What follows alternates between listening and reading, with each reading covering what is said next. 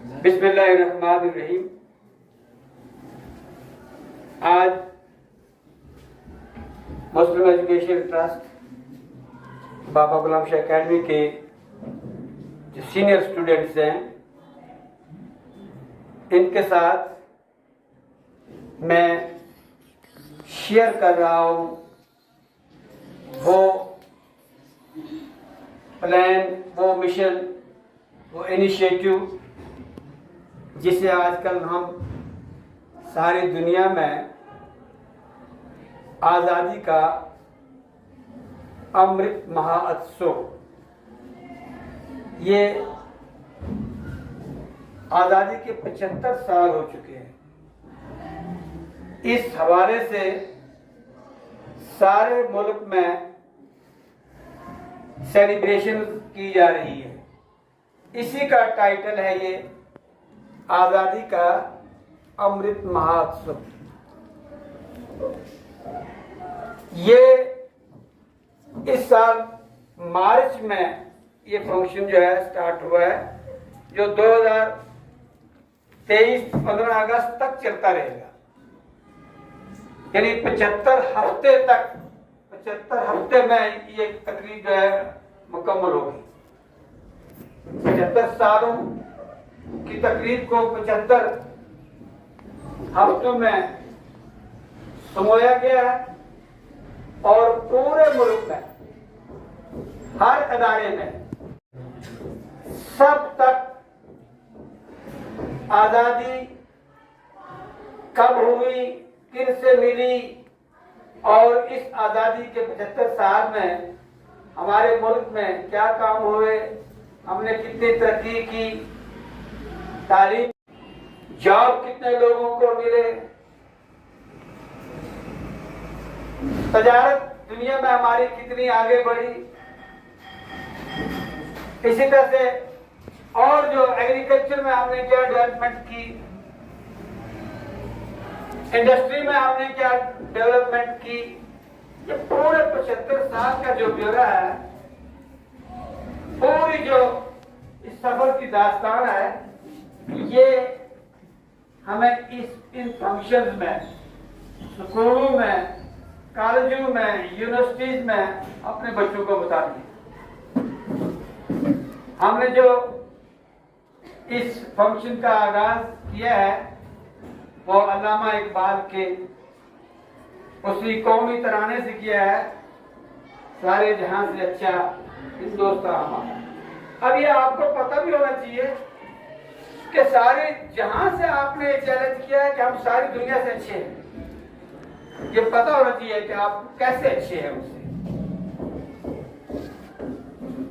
सबसे बड़ी बात यह है कि ये जो धरती है हिंदुस्तान की, ये हजारों साल पुरानी तहजीब है, हजारों साल पुरानी तहजीब,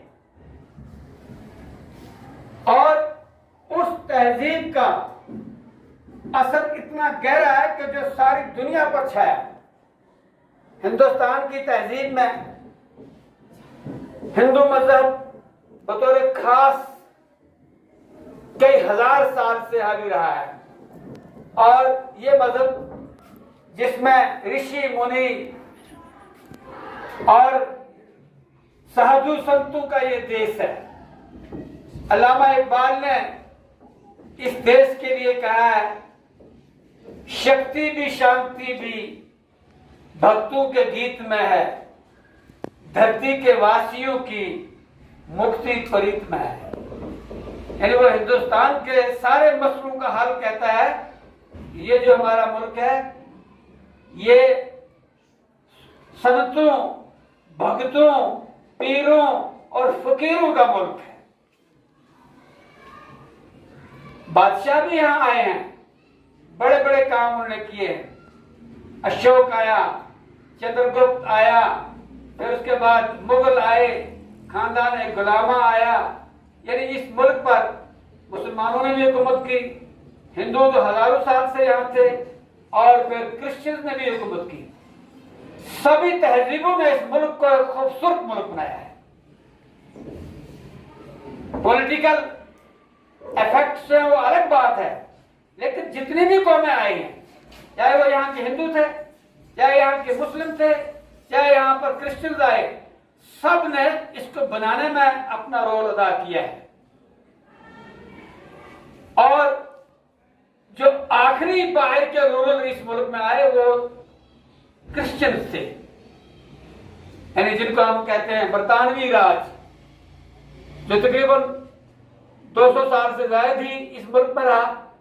बरतानवी राज से पहले यहाँ मुसलमानों की हुकूमत रही 700-800 साल, और उससे पहले यहाँ राजाओं की हुकूमत थी, जिसमें यहाँ के लोग जो रहते थे उसमें हिंदू बरादरी भी थी, दीगर बरादरियां भी थी। तो मुझे जो बात कहनी है कि ये सब दुनिया से अच्छा क्यों है। पहले जियोग्राफियाई लिहाज से ये बहुत खूबसूरत है। आप देखेंगे यहाँ हिमालय जैसे ऊंचे पहाड़ भी हैं, कश्मीर जैसी खूबसूरत वादियां भी हैं, हिमाचल जैसे खूबसूरत जंगल भी हैं, यूरोप में, अपने यूपी में, मध्य प्रदेश में, ये जो शिमाली हिंदुस्तान है ये जंगलों, दरियाओं, आबशारों, खूबसूरत फूलों, परिंदों से भरपूर है। इसी तरह से जो साउदर्न इंडिया है वो अपनी खूबसूरत तहजीब से रंगारंग है। इस तरह से जो इसका ईस्ट है जिसमें आसाम वगैरह आता है, और मेघालय या दूसरी जो ईस्टर्न स्टेट्स हैं, तो इस तरह से वेस्टर्न स्टेट्स, यानी चारों तरफ से हिंदुस्तान हमारा इंतहाई खूबसूरत है। यहाँ आपको लंबे लंबे कद के लोग भी मिलेंगे और छोटे छोटे कद के लोग भी मिलेंगे। यहाँ काले काले लोग भी मिलेंगे, यहाँ बिल्कुल सफेद रंग वाले लोग भी मिलेंगे। यहाँ बहुत ज्यादा क्या कहते हैं, किसान भी आपको मिलेंगे, यहाँ आपको मजदूर भी मिलेंगे, यहाँ आपको मजहबी लोग भी मिलेंगे और लामजहब लोग भी मिलेंगे। यहाँ अमन और भाईचारे के लोग भी मिलते हैं, बीच में शरारती नासिर भी है। यानी ये कुल मिलाकर इस मुल्क को इसकी खूबसूरती बनाने में इनका इंपॉर्टेंट रोल है।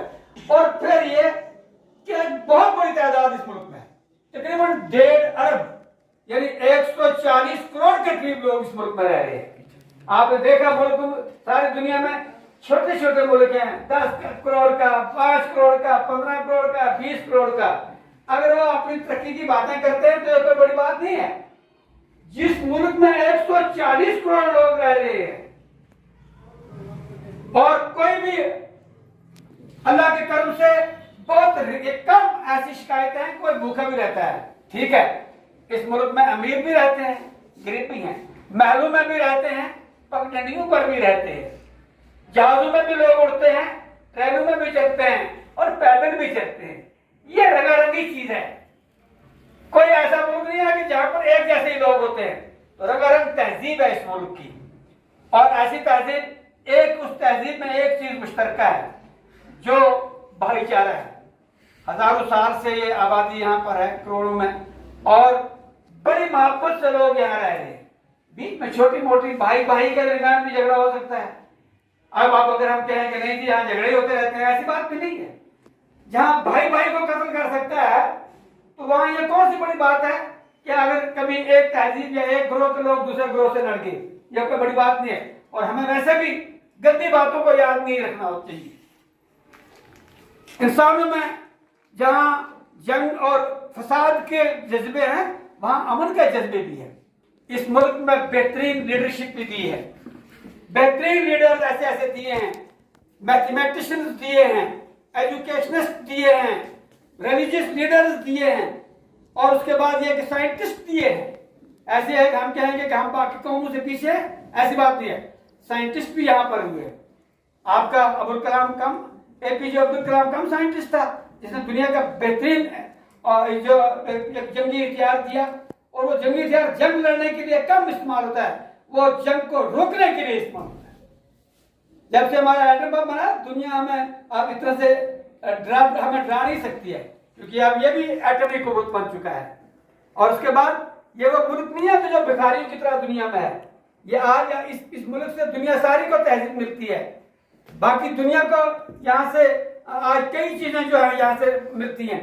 और आज भी मैं देखता हूँ कि यूरोप के लोग जो है, जब उनको रूहानियत की तलाश होती है तो वो यहाँ हमारे इन मुल्कों जम्मू कश्मीर की वादियों में घूमते हैं रूहानियत की तलाश के लिए, वो गंगा के किनारों पर रूहानियत की तलाश के लिए निकलते हैं, वो वृंदावन में निकलते हैं कि रूहानियत की तलाश में और खुदा की तलाश में निकलते हैं। उनको यूरोप में कहीं खुदा नहीं मिलता है, वो यूरोप के खुदा की तलाश में हिमालय के पहाड़ों में घूमते हैं, मध्य अपने हिमाचल प्रदेश की पहाड़ों में घूमते हैं।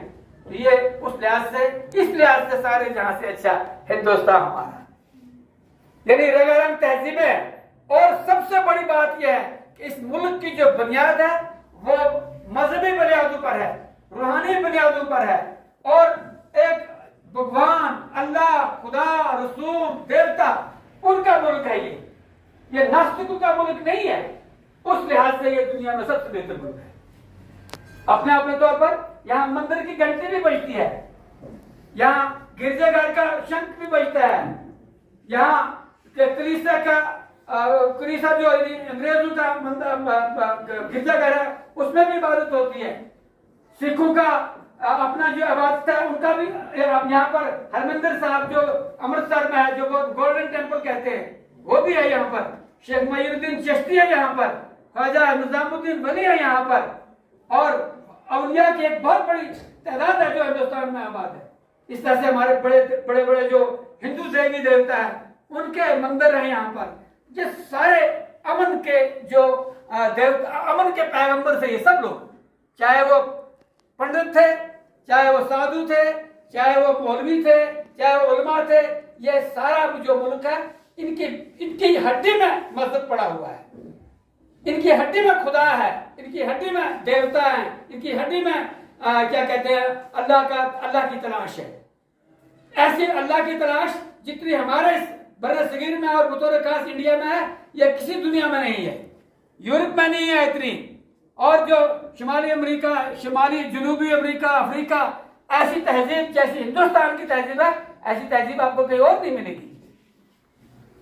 तो उस लिहाज से अब ये जिस वक्त हमारा ये मुल्क फिर गुलामी में चला गया, अंग्रेजों ने आकर किसी तरीके से इस मुल्क पर कब्जा कर लिया, हमारे लोग कुछ आपस में मुत्तहिद नहीं थे, फिर इकट्ठे हो गए। इकट्ठे होकर 1947 में उन्होंने मुल्क को आजाद कराया, और उसमें सिर्फ एक कोई कौम नहीं इकट्ठी हुई, सब यहाँ के मुसलमान लोग भी इकट्ठे हुए, हिंदू भी इकट्ठे हुए, सिख भी इकट्ठे हुए, ईसाई भी इकट्ठे हुए, और बड़ी मजबूत लीडरशिप थी यहाँ पर। बड़े बड़े मुस्लिम लीडर थे, और उनके पास सबसे बड़े हमें अजीम कायद जो थे हमें मिले उस वक्त, जिन्होंने आज़ादी का काम किया, वो महात्मा गांधी जी थे, वो मोहम्मद अली जिन्ना थे, वो क्या कहते हैं अशफाकुल्लाह थे, यानी आप कितने सारे पंडित जवाहरलाल नेहरू थे। इस तरह से हमारे सत्तान लीडर्स थे, उसमें क्या कहते हैं मुस्लिम लीडर्स, उलमा, सैकड़ों और हजारों के तादाद में उलमा ने अपनी जानें कुर्बान की हैं आज़ादी के लिए। और बल्कि 1857 में पहली जो बगावत की शुरू हुई, मुसलमान उसमें आगे थे, और उनका उन उलमा का ये हाल किया अंग्रेजों ने कि उनको दरख्तों से उल्टा करके लटका दिया और खाल खींची उनकी कि आप आज़ादी के लिए क्यों नारे लगाते हैं। तो उन सब ने मिलकर, सारी कौमों ने मिलकर इस मुल्क को आज़ाद किया। और फिर ये मुल्क किसी एक कौम का नहीं बना, ना ये हिंदुओं का बना, ना ये सिखों का बना, ना ये मुसलमानों का अलग बना, बल्कि सबका बना। और एक ऐसा कॉन्स्टिट्यूशन बना, एक ऐसा आईन बना कि भाई इस आईन में सब लोग जो है, ये मुल्क सबका है, इसके जितनी फैसिलिटीज हैं सबके लिए हैं, इसका कॉन्स्टिट्यूशन जो है सबके लिए है, इसकी तरक्की जो है सबके लिए है, इसकी इज्जत जो है वो सबके लिए है। कोई यहाँ पर एक दूसरे से बड़ा नहीं है। वोट डालेंगे तो सब डालेंगे, अपना लीडर चुनेंगे तो सब मिलकर चुनेंगे, अपना प्राइम मिनिस्टर बनाएंगे, अपना चीफ मिनिस्टर बनाएंगे, सब मिलकर बनाएंगे। यही चीजें खूबसूरत है। और खूबसूरती किसे कहते हैं? और वैसे भी खूबसूरती के लिहाज से भी इतने खूबसूरत पहाड़, इतने खूबसूरत जंगल, इतने खूबसूरत परिंदे, इतने खूबसूरत जानवर जितने इस मुल्क में इतने कहीं आपको दूसरे भी जगह नहीं मिलेंगे। और आज इतनी तरक्की कर चुका है, हजारों के हिसाब से आपकी यूनिवर्सिटियां हैं, हजारों के हिसाब से आपके कॉलेजेस हैं, हजारों के हिसाब से आपके क्या कहते हैं स्कूल हैं, सब कुछ इस मुल्क में है। अब एक चीज की हमें बड़ी जरूरत है। मुझे याद है किसी हिंदुस्तान के गालबन वविका नाम जी थे, उन्होंने कहा था कि मुल्क जो है आजाद हो गया है, इसमें कोई शक नहीं, और मुल्क के पास किसी चीज की कमी नहीं है। एक चीज की इस मुल्क को अब एक कमी है, हमें वो पूरी करनी है। अगर वो जो पूरी हो जाए तो ये दुनिया की बिगेस्ट पावर होगी। ये अमेरिका को, ये चाइना को, ये फ्रांस को, ये रूस को, या जो और बड़ी पावर है, ये सबको पीछे मार देगा। और वो बिगेस्ट पावर अगर इनके पास आ जाए, वो क्या है? Honesty and character. अगर हमारे मुल्क के लोगों को ऑनेस्टी और करेक्टर आ जाए तो इस जैसी दुनिया में कोई मजबूत मुल्क नहीं हो सकता। इस वक्त हमारे मुल्क को इसी चीज की कमी है। और ये जो हम फेस्टिवल करने जा रहे हैं, ये पूरे साल चलता रहेगा। ये हमारी मॉर्निंग असेंबली में चला करेगा, ये क्लासरूम्स में होगा, ये डिबेट हॉल्स में होगा, ये हमारे कल्चरल प्रोग्राम में होगा, ये हमारे खेलों में होगा। तो इसके जरिए हम लोगों को ये एजुकेट करेंगे और एक नई कौम तैयार करनी है। हमने एक नई फोर्स तैयार करनी है, और वो कौन सी तैयार करनी है? मेहनत कशों की और सच्चे और ईमानदार लोगों की। हिंदुस्तान को किसी चीज की कमी नहीं है। इसको साइंटिस्टों की कोई कमी नहीं, इसको प्रोफेसरों की कोई कमी नहीं, इसको मैथमेटिशियंस की कमी नहीं, इनको पॉलिटिशियंस की कोई कमी नहीं। हर चीज इसके पास है, लेकिन इस एक चीज में कमी है, और that is honest character. Character बनाना है इस कौम का। और करेक्टर क्या? भाईचारे का, ताकि हम मिलजुल कर रहे हो। इस मुल्क में कहीं लड़ाई नहीं होनी चाहिए, कहीं हिंदू और मुस्लिम के नाम पर झगड़ा नहीं होना चाहिए, इस मुल्क में चोरी चिकारी नहीं होनी चाहिए, इस मुल्क में करप्शन नहीं होनी चाहिए, इस मुल्क में ठेकेदार जो है, जो लाखों रुपए का ठेका लेते हैं और सिर्फ हजारों का करते हैं या सैकड़ों में काम करते हैं, इस किस्म के कल्चर को हमने खत्म करना है। इस किस्म में यहाँ पर जितने हमारे मुलाजिम हैं, उनको हमें वर्क कल्चर सिखाना है कि वो ज्यादा से ज्यादा काम करें। और मुल्क की तरक्की के लिए घर की तरक्की क्या होती है? आप तब महफूज हैं इस मुल्क में, आपका घर तब महफूज है जब आपका मुल्क महफूज है। जब मुल्क ही महफूज नहीं तो फिर आपका घर क्या करेगा? पहले हमें मुल्क की तरक्की करनी चाहिए, फिर उस मुल्क में कोई घर जो है अच्छा आबाद रह सकता है और उस मुल्क की तरक्की हो सकती है। तो लिहाजा आज हमने प्लेज करना है कि हम सब इंसानियत, इखलाक, मोहब्बत, शराफत और किसी किस्म के कोई भी जो ये बुरी चीजें हैं उनको नहीं हम करेंगे, बल्कि इन चीजों को, जो अच्छी वैल्यूज हैं, उन वैल्यूज को हम करेंगे और इस मुल्क को तरक्की देंगे और दुनिया में सबसे ऊंचा मुल्क बनाएंगे इसको। क्या ये हमारा वादा है? सब बोलिए yes sir, yes sir, yes sir. सारे जहां से अच्छा हिंदुस्तान हमारा, हम बुलबुलें हैं इसकी, ये गुलसिता हमारा। Thank you.